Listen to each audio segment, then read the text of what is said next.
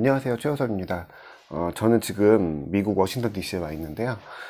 사실 이제 다 끝나고 짐 싸는 중이고요. 가기 전에 여기서 있었던 일들 좀 기록으로 남겨놓으려고 카메라 켰습니다. 저는 이번 주에 워싱턴 DC에서 열리는 우버 엘리베이터 서밋 2019에 와 있거든요.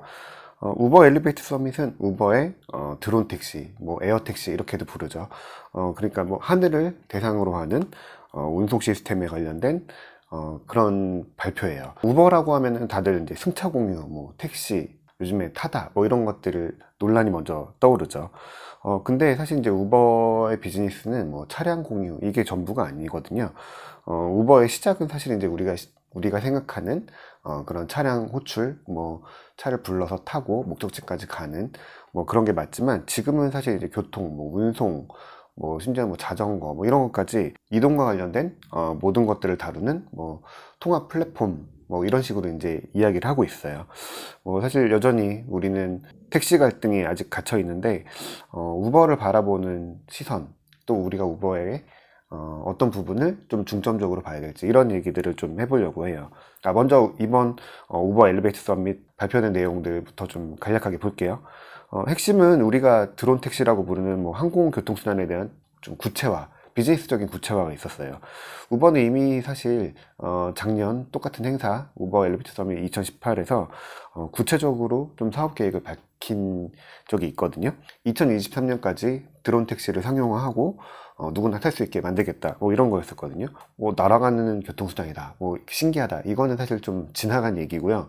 시스템으로 만들고 부담 없이 누구나 탈 수 있는 교통수단으로 만들도록 하는 게 최근 우버의 목표고, 우버 엘리베이터 서밋의 핵심이죠. 일단 또 새로운 기체 디자인이 또 공개가 됐어요. 6개 회사가 우버 에어용 항공기를 만들고 있어요. 우버가 컨셉으로 보여주는 그런 모델도 새로 나왔고요. 헬리콥터 만드는 벨 있죠. 그리고 또 비행기 만드는 보잉도 참여해서 도심에서 날아다니는 드론 택시 개발하고 있습니다. 실제로 테스트도 하고 있고요.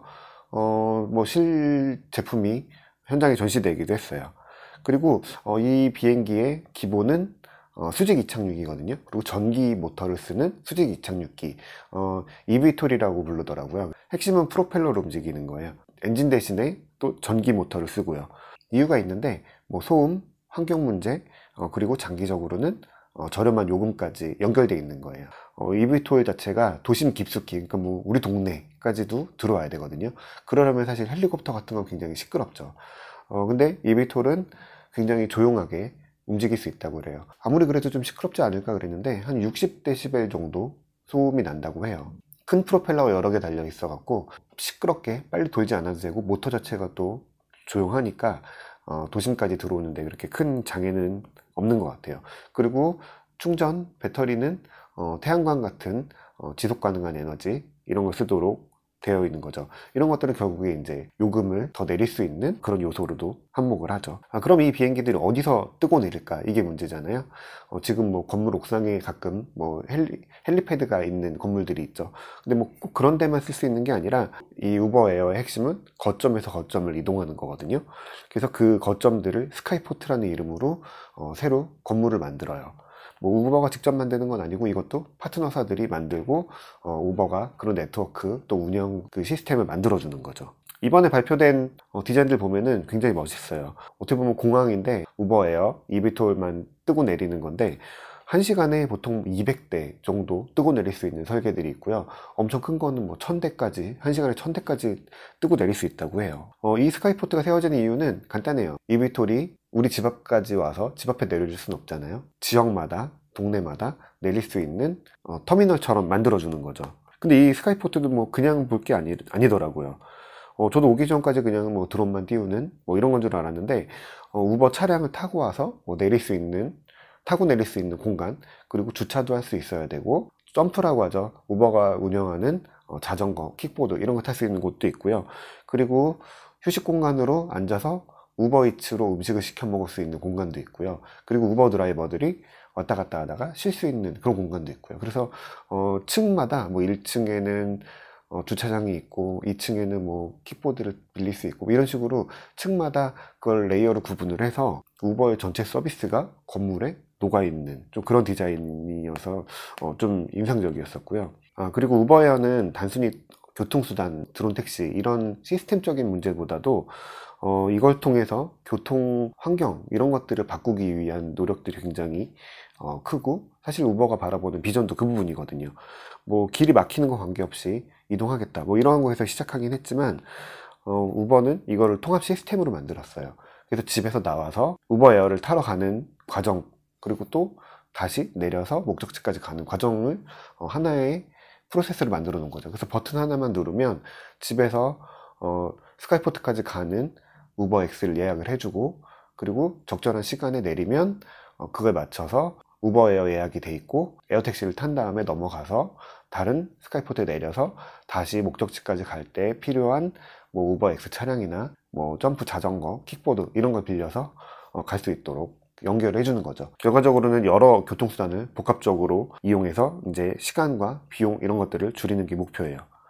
그래서 그걸 앱 하나로 처리할 수 있도록 하는 게 우버의 핵심인 거죠. 우버는 이거를 뭐 복합 이동 여정 뭐 이런 식의 좀 단어를 써요. 영어로는 뭐 멀티모달이라는 단어를 굉장히 강조해서 썼는데, 여러 교통수단을 복합적으로 이용해서 효과적으로 이동할 수 있다, 이게 이제 핵심인 거죠. 자, 이 서비스가 먼 미래 이야기 같잖아요. 당장 내년에 시범 서비스가 시작돼요. 미국의 두 도시에서 시작되고, 그리고 이번에 새로 발표한 호주 멜버른 이렇게 세 군데에서 시범 서비스가 시작되고요. 그리고 2023년에 완전히 상용화가 됩니다. 누구나 탈 수 있도록 이제 열리는 거죠. 요금이 문제죠. 비싼 거 아니냐 이런 생각 드는데, 1마일 그러니까 한 1.6km 정도 가는데 드는 돈이 헬리콥터가 $9 정도라고 해요. 우버에어는 초기 한 $5.7 정도 보고 있고요. 이게 자리를 잡아서 효율이 높아지면 이게 중기가 몇 년인지 모르겠지만 중기에 한 $1.8, 장기적으로는 한 40센트대, 한 44, 45센트 정도. 그러니까 우리 돈으로 한 5, 600원 정도면은 1.6km를 갈 수 있는 거예요. 이건 뭐 택시보다 사실 싼 부분이죠. 직선 거리로 이동하기 때문에 사실 이게 어떻게 보면은 나중에 정말 44센트가 정말로 현실화 된다고 하면 뭐 택시나 자동차로 이동하는 것보다 더 쌀 수도 있어요. 이건 뭐 단순히 뭐 전기, 태양광으로 충전한 전기 이걸 가지고 이동한다고 해서 가격을 내릴 수 있는 건 아닌 것 같고요. 이 시스템 자체가 그런 효율성을 높이기 때문에 끌어내리는 부분들도 굉장히 큰 거죠. 사실은 우버의 핵심은 그건 거예요. 우버가 만들어내는 거는 여전히 연결 그 자체에 있어요.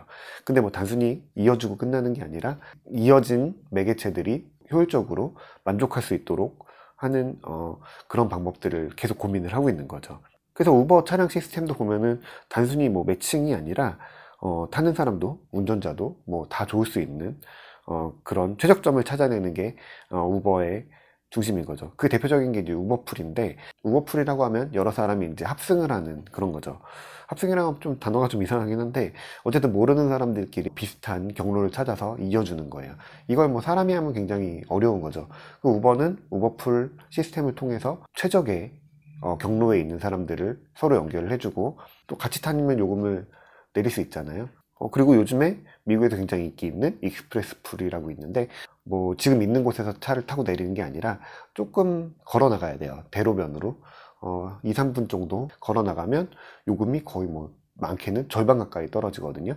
그러면은 뭐 운전자한테 안 좋은 거 아니냐라고 할 수 있는데, 그게 아니라 운전자 입장에서는 골목에 들어가서 내려주고 다시 골목에 들어가서 태우고 이런 시간 대신에 큰 길을 빨리빨리 움직여서 많은 사람을 태우고 내리도록 하는 게 더 이득이라는 거죠. 시스템을 통해서 이용자는 값을 내리고 드라이버는 돈을 더 많이 벌 수 있다, 뭐 이런 식의 시스템이 만들어지는 거예요.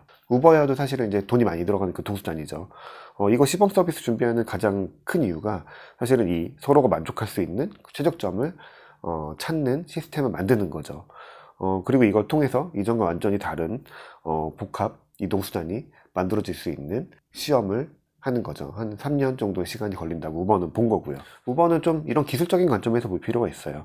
뭐 여전히 우리는 뭐 승차 공유, 뭐 택시, 타다 이런 걸로 이제 우버를 연결해서 보게 되는데, 사실 우리나라에서 만들어지는 서비스들 보면은 대체로 뭐 승차 거부하지 않는 호출 서비스 이쪽에 좀 초점이 맞춰 있죠. 근데 우버 10년 전에 초기 모델과 비슷한 거예요. 그리고 또 한 축은 어떻게 하면 법을 어기지 않으면서 승차 공유 서비스를 할 수 있을까, 이런 부분들인데, 그에 비해서 우버는 기술적으로 굉장히 많은 부분을 앞서 나가고 있다, 이런 느낌을 좀 받아서 한편으로는 뭐 지금 우리나라 상황이 뭐 이해되는 부분도 있지만 안타까운 느낌들도 굉장히 많이 받고 갑니다. 어쨌든 우버는 이동에 대한 데이터들을 다 가지고 있고요. 그 데이터를 기반으로 해서 더 좋은 운송 서비스를 만들어낼 수 있는 그런 데이터를 다루는 노하우들도 충분히 가지고 있고, 그에 대한 상상력들, 그리고 이미 이제 우버는 시스템이 돼서 우버를 중심으로 한 인프라, 이런 것들이 만들어지는 거죠. 그래서 워싱턴 DC에서 하면서 미국 교통부에서도 장관이 와서 이 시스템에 대해서 어떻게 하면 우리가 더 긍정적으로 가져갈 수 있을까, 이런 얘기도 했고요. 뭐 호주 멜번이 새로 서비스 지역으로 발표되면서 호주 쪽에서도 와서 우리가 지역 사회에서 어떻게 하면 이 시스템을 효율적으로 쓸 수 있을까, 이런 거에 대한 고민들도 같이 나누기도 했어요. 그런 부분들을 우리도 좀 고민할 수 있는 시점이 빨리 왔으면 좋겠습니다. 어쨌든 뭐 드론 택시, 뭐 에어택시, 뭐 미래의 일이라고 생각했는데 우리 눈앞에 굉장히 가까이 와 있는 거죠. 한 1년 뒤면 정말 타볼 수 있다, 이런 상황까지 이제 와 있는 거죠. 처음 뭐 우버 엘리베이트 예전에 뉴스 보고서는 느꼈던 부분은, 저거 정말 될까? 언제나 될 수 있는 일일까? 뭐 이런 생각을 했었는데, 뭐 안 될 수도 있겠다, 이런 생각이 사실 어느 정도 있었겠죠. 근데 지금은 그걸 누구도 의심하지 않고 뭐 당장 서비스를 할 수 있을 정도의 수준으로 이제 올라섰고, 지금 마지막 채비를 하고 있는 단계인 것 같아요. 상상이 현실이 되고 있다라는 얘기들 뭐 이럴 때 하는 부분인 것 같아요.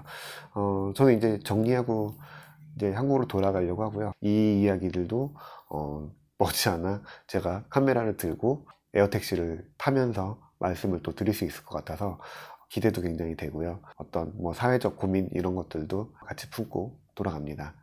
네, 가서 또 다른 영상으로 다시 찾아올게요. 오늘 얘기 여기까지 하겠습니다.